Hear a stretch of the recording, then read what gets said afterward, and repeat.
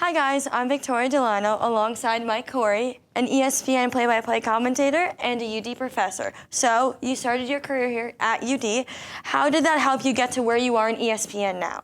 Yeah, it's been awesome. I mean, I was 21 years old when I graduated from UMass, and this was one of the jobs on my list, and I was able to fortunately come down here and interview at the radio station to broadcast Delaware football and basketball. And I always am grateful because this was my first, opportunity, and it's like you need to get in, right, to get like some tape and stuff, and that's what helps get you to the next spot. But yeah, I did radio for a while here, and then I got some TV games, and then I took that tape and kept turning it into more and more and more, and got on ESPN about 2011. So it's been about 14 years, but it took me a good 10, 12 years, so it's been great though. Yeah, and you've called a lot of different sports such as like football, basketball, lacrosse. How do you adjust your style and prepare for each one? Every game has different rules for the game, so how do you prepare for those games? Yeah, some of the sports I'm more familiar with, right? You always want to make sure you know the rules, and that's like one of the most important things.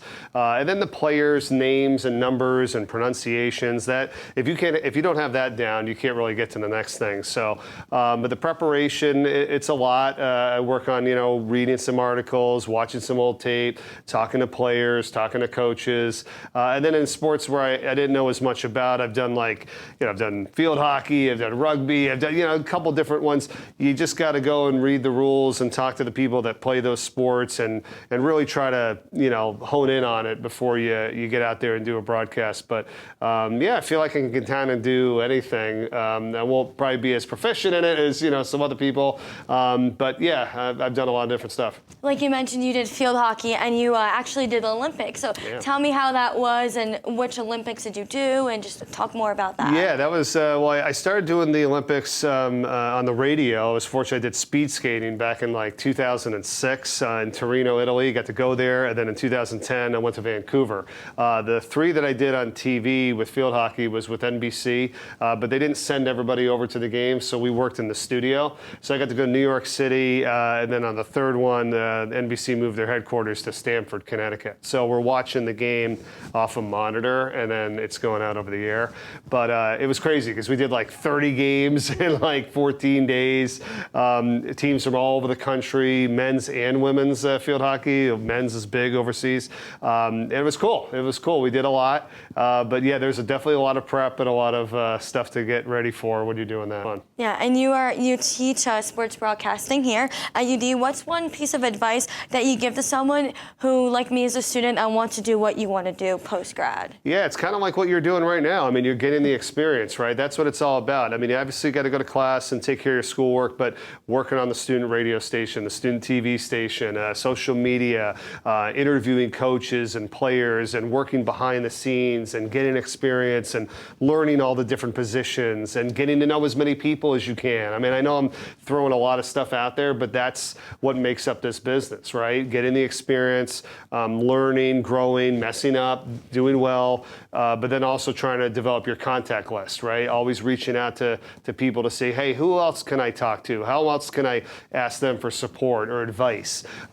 Because you got to do it early. Yeah, I feel and definitely in our class too, the biggest thing you talk about is networking and just knowing people and meeting people and creating that contact list. Exactly, yeah, and that's what I do when I interview players and coaches too. I don't really focus too much just on the game and what they're going to do.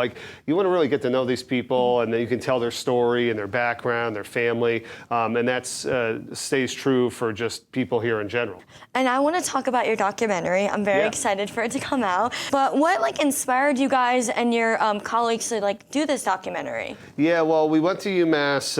It was the best time of our lives, really. My freshman year was the year they went to the Final Four, and I have a great friend of mine, Brad Davidson, who was our general manager of the student radio station when I was there. We started this in 2020. It was just a story that needed to be told.